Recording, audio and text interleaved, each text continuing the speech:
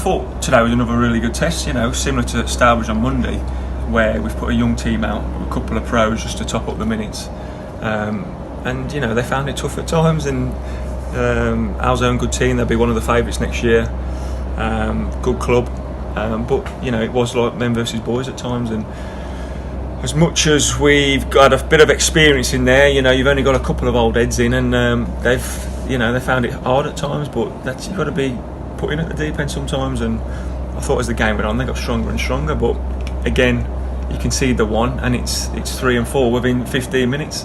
So those are the things you can eradicate. It sounds an obvious thing to say if you just put the 4 goals aside, but that middle section of the game that the lads had actually started well and finished well, is it just that spell of concentration in the middle? I thought the game was quite even, apart from the goals, as stupid as it sounds. Do you know what I mean? Because the goals were all our own mistakes, and then we've had a few chances, to be fair, but this is what happens. You'll get punished at this level, and you'll definitely get punished at our level.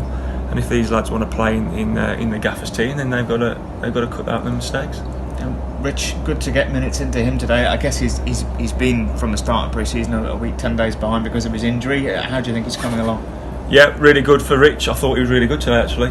He held the line well, and he got in some good chances. I thought him and Jimmy, you could tell their experience, and it was good to get the 90 minutes under their belt because they needed it. They've missed a bit of pre-season, and that was just top-up minutes for them. Head down and a bit of work before next weekend now? Yeah, of course. It's been a funny pre-season. We haven't arranged the pre-season, it was already done, so we'll be sorting that out next year. But as a whole, we've got no injuries. We need a few more bodies, we know that. We've got things in the pipeline, things take time. But really looking forward to Monday now, where the business starts.